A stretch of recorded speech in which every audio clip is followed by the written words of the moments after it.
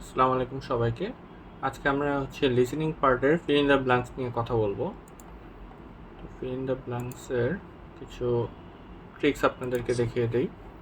যখন আপনাকে পরীক্ষার হলে এখানে ধরেন যে 5 থেকে 6 সেকেন্ডের মতো একটা টাইম দিবে এই রেকর্ডিংটি স্টার্ট হওয়ার আগে, তখন আপনারা যে কাজটা করবেন ফার্স্ট অফ অল, এখানে একটা স্পেসের থেকে আরেকটা স্পেসের কতটুকু দূরত্ব এটা ফার্স্টে আপনারা মেজার করবেন। কারণ যখনই কাছাকাছি দূরত্বে থাকবে, ধরেন যে একটা ওয়ার্ড বলার পরই আরেকটা বলে ফেলতেছে অ্যান্সার, তো সেক্ষেত্রে কি করবেন, দুইটার কোনোটাই অ্যান্সার লিখবেন না বা পরের অ্যান্সারটা লিখবেন। আর অ্যান্সারগুলো তখন মেমোরিতে রাখবেন, মেমোরিতে রাখার পর পরে আপনি ফিল আপ করে দেবেন আর কি। এটা কীভাবে করবেন আমি আপনাদেরকে দেখিয়ে দিচ্ছি। আর ফার্স্ট অফ অল আপনি এই পার্টটাতে আপনার ফুল ফোকাস থাকবে স্ক্রিনের উপর। আপনি যে এক্সাম হলে যে লিখবেন, এক্সাম হলে লেখার জন্য আপনাকে একটা সাইন পেন দেওয়া হবে আর একটা পেপার দেওয়া হবে, প্লাস্টিক পেপার থাকবে। সো সাইন পেন আর প্লাস্টিক পেপার থাকার কারণে আপনি অনেক দ্রুতই লিখতে পারবেন, লেখা নিয়ে আপনার সমস্যা হবে না আশা করি, অনেক ফাস্ট লিখতে পারবেন। আর কীভাবে ফিল আপ করবেন এটা আমি আপনাদেরকে দেখাচ্ছি। আমি এখানে সলভ করব কয়েকটা। তো আমি প্লে করি এটা। Some years ago, Bjorn Lomborg, a young Danish statistician, published a book called The Skeptical Environmentalist. It became a bestseller and generated a lot of heat. Lomborg was attacked, abused, and accused of all manner of things, not because he denied the fact of global warming, in fact he affirmed it, but because, on his analysis, the devil and, he says, a lot of deviousness was contained in the details presented concerning the size of the problem and what were the most responsible steps to take in response to global warming. দেখেন আমি এটা fill up করেছি, না দেখে দেখে লিখেছি পুরোটা। এখন এটা আমি বসিয়ে দেই। আমার কিন্তু ফুল ফোকাস কিন্তু ছিল স্ক্রিনের দিকে। আপনাদেরও ফুল ফোকাস রাখতে হবে স্ক্রিনের দিকে। আপনারা যখন লিখবেন না দেখে দেখে লিখতে হবে আপনাদেরকে, তাহলে আপনারা সবগুলো সুন্দর মতন অ্যান্সার করতে পারবেন। আপনার আর অনেকে যে ভুল কাজটা করে এটা যে স্ক্রিপ্টে না লিখে ডাইরেক্ট কম্পিউটারে লিখতে যায়। এটা আপনারা কখনোই করবেন না। এটা করলে আপনাদের এখানে অনেকগুলো অ্যান্সারই মিস চলে যাবে। ফার্স্টের অ্যান্সারটা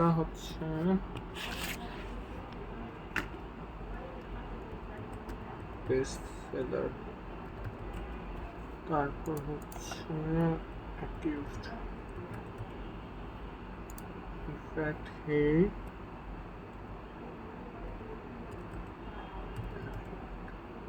এখানে আমি যখন খাতায় লিখেছি তখন একটা অ্যাপ লিখেছি, কারণ এখানে আপনারা যত শর্টে লিখতে পারবেন আপনাদের জন্যই ভালো, কিন্তু আপনারা আর কি পরে নিজের লেখাটাই বুঝতে হবে যে আসলে কি লিখেছিলাম আমি। শর্ট ফর্মে লিখতে পারলে ভালো, কারণ পুরোটা লিখতে গেলে সময় অনেকটা চলে যায়। টিভিয়াসনেস,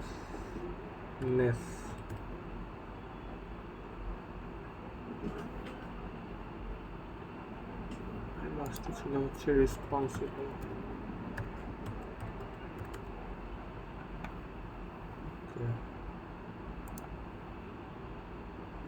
সবগুলোই হয়েছে, আবার নেক্সটে চলে যাই আমরা।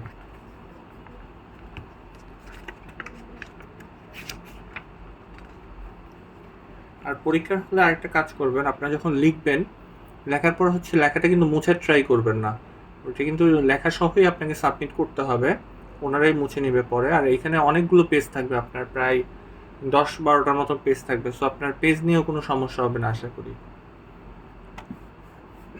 আচ্ছা, এটা নেক্সটে দেই। Giant exoplanets, like the so-called hot Jupiters, that are similar in characteristics to the solar system's biggest planet and orbit very close to their host stars, are excellent targets for astronomers in their search for their extrasolar worlds. The size and proximity of these planets is easy to detect as they create a large decrease in brightness when passing in front of their parent stars.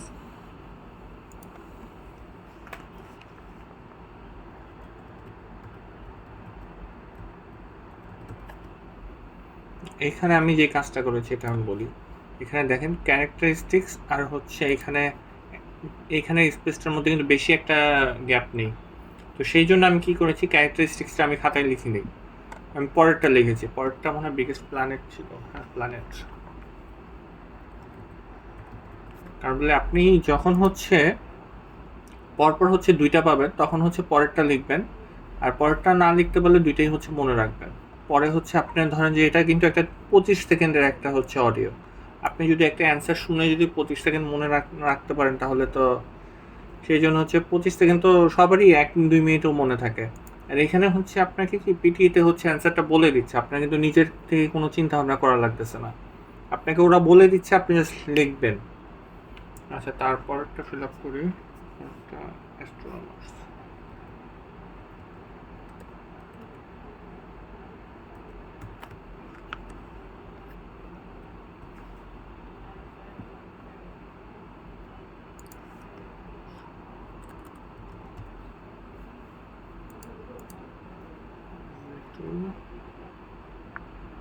Detect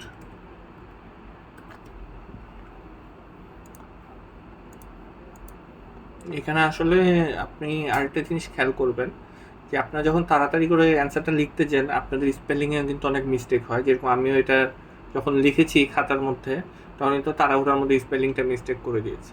পরে আপনি তো যখন type করবেন তখন তো আর কি অনেকটা চিন্তা ভাবনা করেই তারপর হচ্ছে টাইপ করবেন, তখন হচ্ছে দেখা যাবে যে আপনার আবার স্পেলিং মিস্টেকগুলো এখানে ঠিক করে দিবেন। আর এখানে আরেকটা জিনিস আপনাকে খেয়াল রাখতে হবে যে এখানে লাস্টে কি এস ছিল নাকি ছিল না, সেই জন্য হচ্ছে যদি এটা পুরোটা না লিখতে পারেন তাহলে অর্ধেকটা লিখে তারপর বড় হাতের একটা এস লিখে দিবেন, যাতে হচ্ছে আপনি পরবর্তীতে যখন আপনার হ্যান্ডরাইটিংটা দেখবেন তখন যেহেতু ইজিলি যেন মনে রাখা যায় আর কি যে এখানে এস ছিল, বা ইডি থাকলে ইডিটা লিখে দিবেন, বা আইএনজি থাকলে আইএনজিটা লিখে দিবেন। যদি পুরো মানে ওয়ার্ডটা যদি একটু বড় হয় সেক্ষেত্রে হচ্ছে এই কাজটা করবেন। এটা দেখি অ্যান্সারটা, এটাও হয়েছে। এখানে কিন্তু দুইটা এস সহ আর কি ইয়া ছিল, অ্যান্সার ছিল। তারপর নেক্সটে চলে যাই। 2 decades ago, Kashmiri houseboat owners rubbed their hands every spring at the prospect of the annual influx of tourists. From May to October, the hyacinth-choked waters of Dal Lake saw flotillas of vividly painted shikaras carrying Indian families, boho Westerners, young travelers, and wide-eyed Japanese. Carpet sellers honed their skills, as did purveyors of anything remotely embroidered, while the houseboats initiated by the British Raj provided unusual accommodation. Any foreigners venturing there risked their lives, proved in 1995 when 5 young Europeans were kidnapped and murdered. Tourist S বলেছিল, তারপর হচ্ছে carpet seller owned, তারপর হচ্ছে board initiated